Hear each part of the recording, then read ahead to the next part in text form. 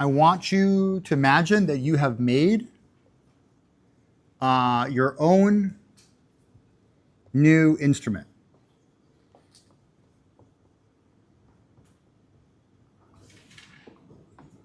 To measure temperature. Okay? Here it is. It's some device. You have your sensor here, right? I don't want to, I mean, it's something just like that. You have your display, so on, right? It's your version of this thing. And you need to understand, you need to answer the question of how accurate is my device? And by accuracy, right, we want to be clear what we mean is how close the displayed value is to the actual value of the measurand, right? Of the measurand. We can add that everywhere you see value, you can see of the measurand, right? Right. So you've made your device, right? But now you could say, oh, it's perfectly accurate. I don't think that's a very good idea. Right? It's not a very good idea. So how would you do that? And the approach, the standard approach that is taken is you do that by comparison with a gold standard.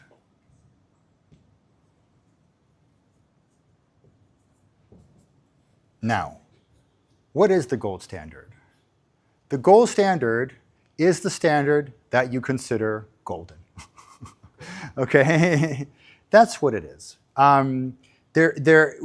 Once we understand how we're using it, we'll get a better sense of what it means, but there's no strict definition.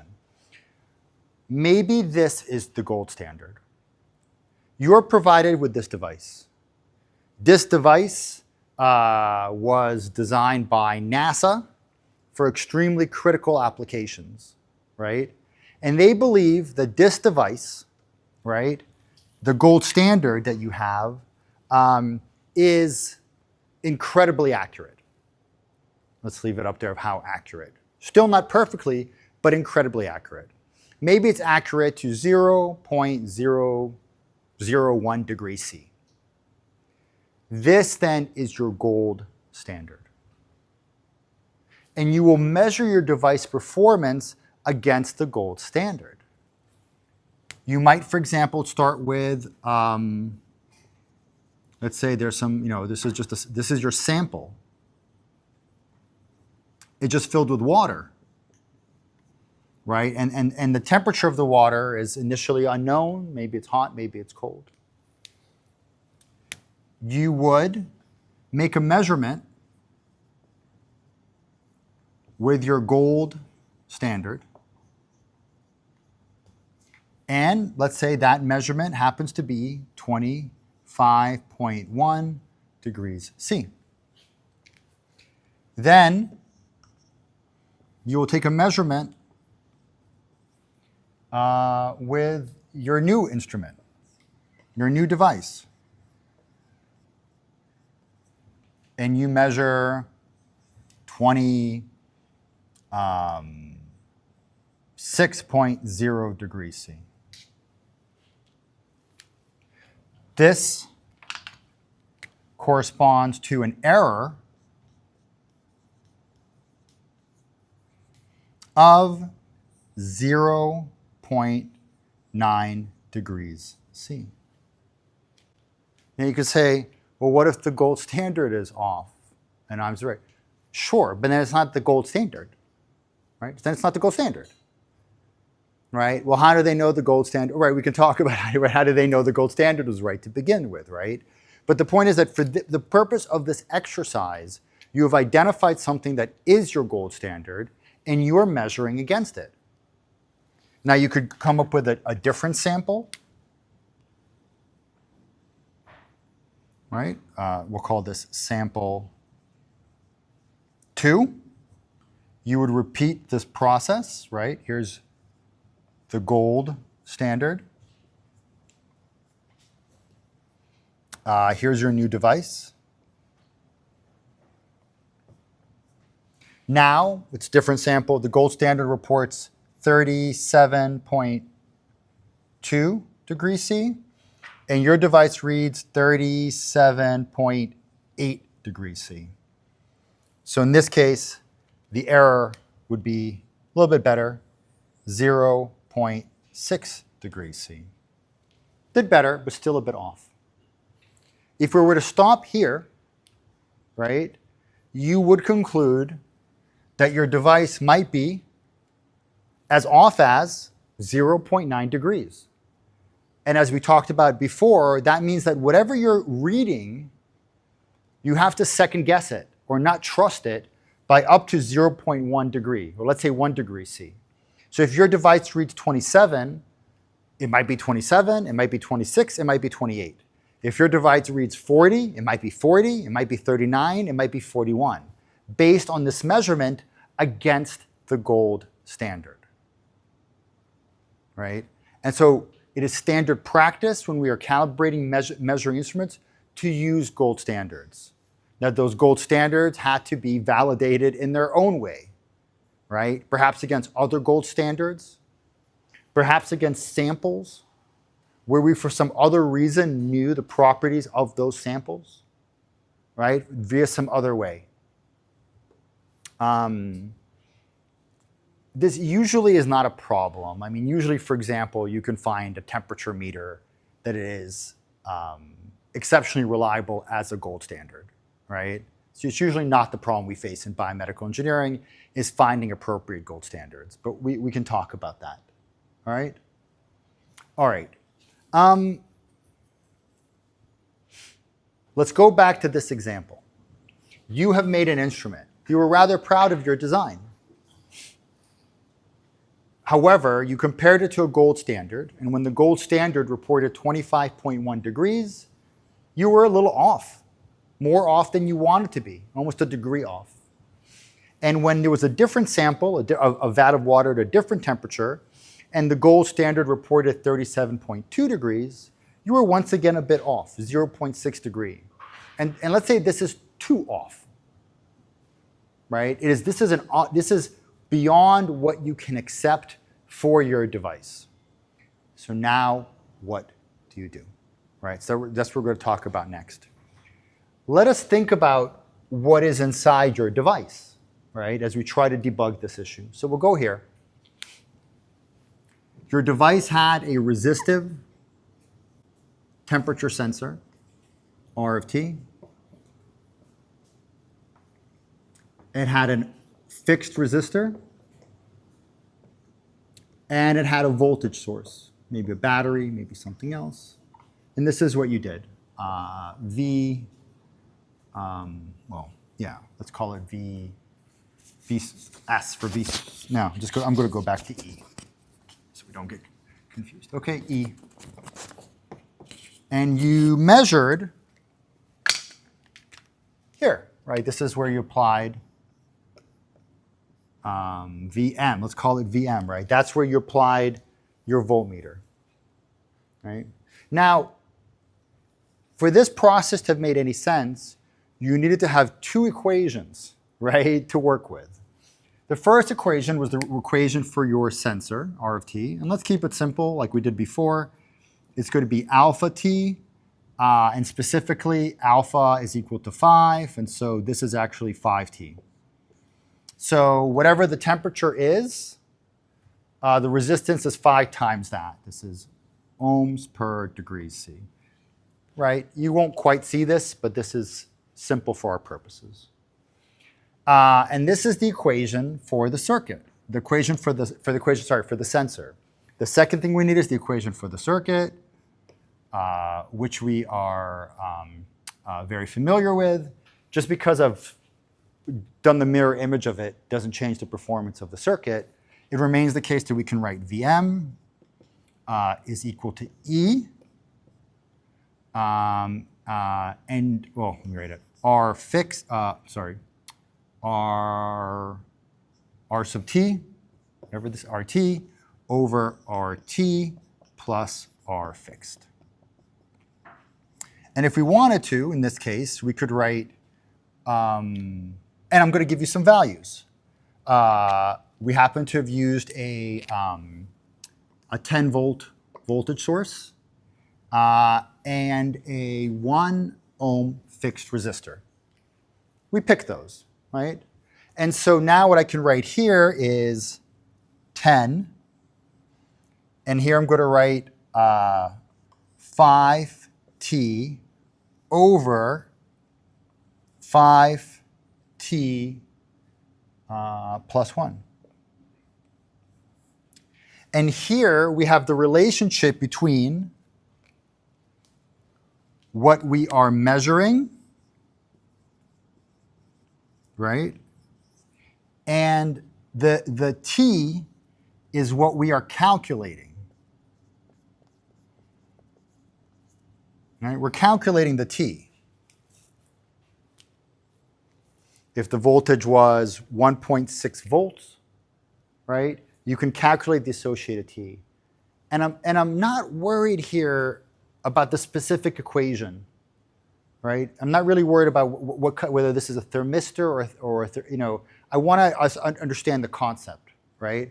I'm not worried about how you solve these equations, but I do want you to notice that whereas when you're designing it, you sort of go from here to here to here, right?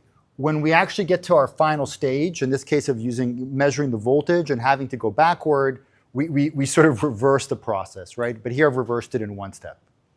Great. Now, this was our instrument. And it so happened that in this situation here, right, we measured a voltage, right? What happened is we had you know, if this was case A and this was case B, so in case A, we had measured a voltage.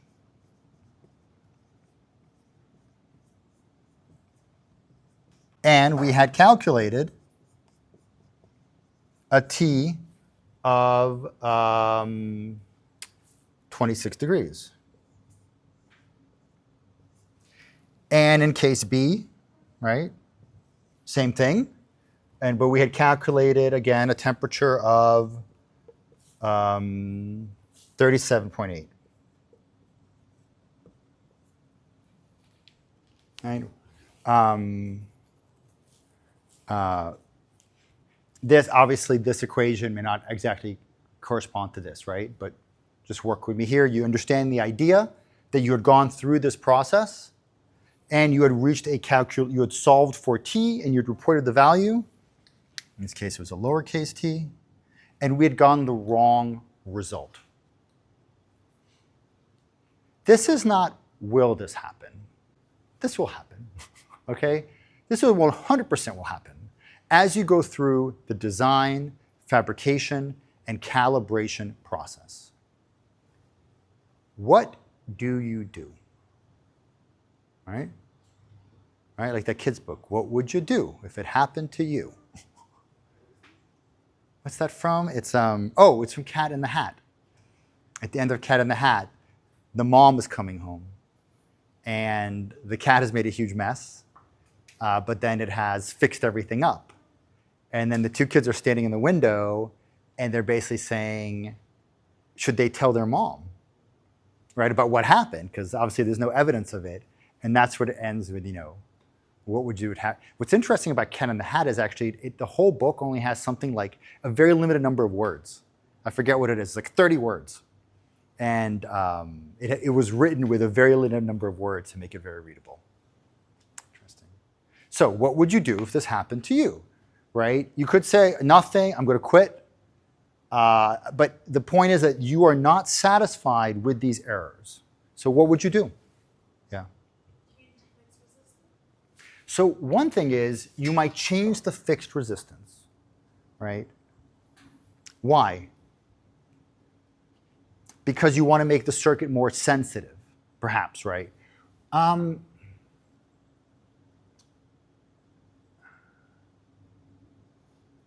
want to get back to that. That is a correct design intuition. But let's say we know, but it still should have worked, right? I mean, I know what you're saying. Like, it still should have worked. Even if we didn't choose the best fixed resistance, right? It still should have worked. And I don't want to dismiss the intuition that you're right, but I'm looking for even more simpler answers. Yeah. So you're saying change the voltage source to make it smaller so that? So that like the difference doesn't seem as big. Because when you multiply it by like, if you multiply something by 10, you get like a bigger error than I think if you multiply. Oh, will that work? Let's talk. Well,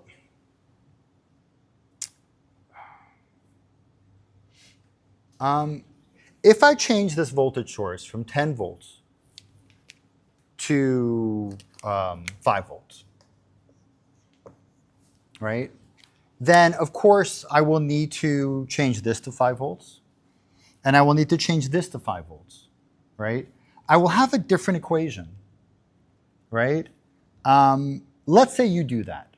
I want to go through the hypothetical. You do that, and you end up calculating the exact same temperature. I just want to put that out there. I understand the intuition, meaning and that's also maybe the point to your changing the resistance. Let's say you try, you're not sure why, you try changing to a different voltage, it's still off. You try changing to a different resistance, it's still off, right? So something is not adding up, right? I like your intuition. I think that's a good way to probe this. Had you gone from 10 to 5 and had the issue been resolved, right, you may not have necessarily known why it was resolved, but at least you would have had a resolution. Like, let's say the voltage was so high that it was heating the thermistor. We talked about this earlier, that you could produce heating. Reducing this voltage or changing this resistance could have taken away that heating. It's okay, you're just trying different, but remember, if you change the elements, you must also change the equation, right? Let's say you do that, doesn't fix it. You just tried different fixer. What else do you do? What else could be causing this issue? Yeah. I'm thinking it might be noise because we see that the temperature that we're getting is higher, right? So that tells me that there's more voltage change in the RT that we're looking at. So maybe you're looking, there's a bias, and so you're, so if we go through the list of options, one was swap components. Right, and you talked about swapping this component. Sure, we swap them. Option 2 is you're asking about this thing called noise.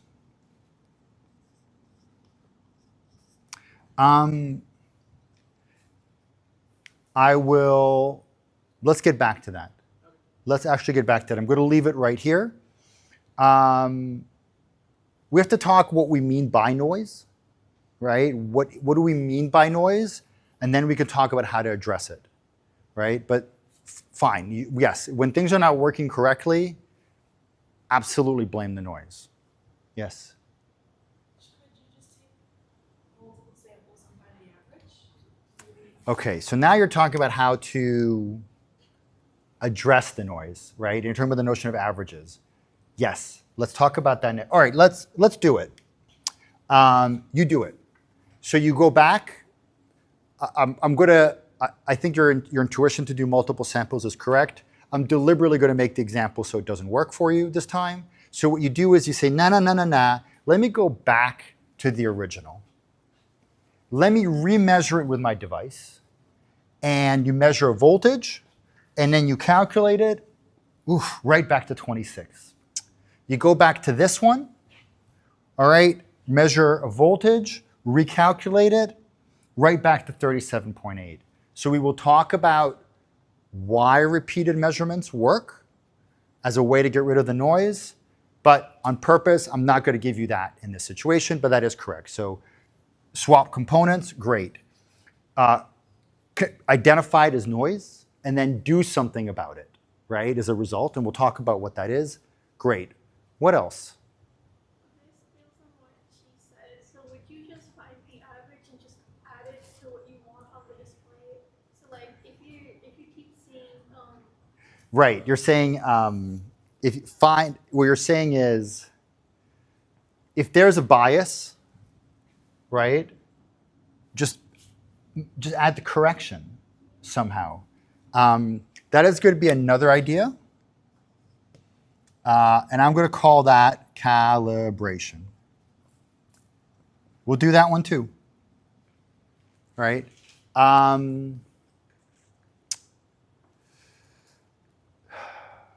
The problem with calibration is, of course, what if the gold standard was 38? What if the gold standard was 40, right? So we have to be careful about how we do the calibrations, right? You're basically saying, well, just kind of add a correction. But in this case, the correction is 0.9. In this case, the correction is 0.6. can't you average them together to find, okay, our king is on average this much error? Right. Maybe we take the average of all the errors and correct for that. We'll talk about that. It is a good approach when applied carefully. And so that's exactly what we'll talk about when we talk about calibration, right? What if it wasn't 1 ohm? Oh yeah, go ahead. I was going to say, is it possible the sensor also has a level of accuracy? So no matter how much you switch the RFX or the voltage source, that it's inherently limited by the actual material of the sensor. So yes, I'm going to rephrase in this way. The sensor is not, I'm going to call that, these are all good. Swap components, noise, which we're going to deal with, calibration, which we're going to deal with, sensor not working. By sensor not working, right, what I'm going to say is that this equation is not accurate. All right, that's how I might describe sensor not working. It's not 5t. It's 5.1t plus 3, right? If this, let's imagine, if this is not this equation, right? If this is wrong, if it's 5.1t plus 3, but we don't know it, well, we should have put 5.1, whatever it is, t plus 3 here and here, but we didn't. So this was incorrect. Therefore, this was incorrect. But this is the equation that we are relying on to go from voltage to temperature. So if the sensor is not working, in the sense that the equation for the sensor is not what we thought it was, you can see the error, right? And what I was about to say was an even more trivial problem. What if this resistor was not 1 ohm? What if this resistor was actually 1.1 ohm? Right? You can say, how could that be? How could that be? I don't know. Who gave you the resistor? My lab partner? Is he trustworthy? Is he good? Where did he get the resistor from? Do you think that every resistor made has a perfect resistance? Bless you. Do you think that every resistor that comes out of the box that has 1 ohm resistor is 1.00000 ohm? A good clue for that is that they sell resistors with different levels of precision, or let's say accuracy. That's one clue that they're not all perfect, right? If you want a resistor that is 1.00000 ohm, you're going to pay more for it. But if you get the cheap ones on Amazon, 1.0, 1.1, not maybe. We live in the real world. So it's not 1. It's a little off. It's 1.1. Who cares? Well, this was this number, right? It's the same issue. When I had a voltage, right? When I had a voltage right? And I calculated the temperature, I was relying on the accuracy of this equation.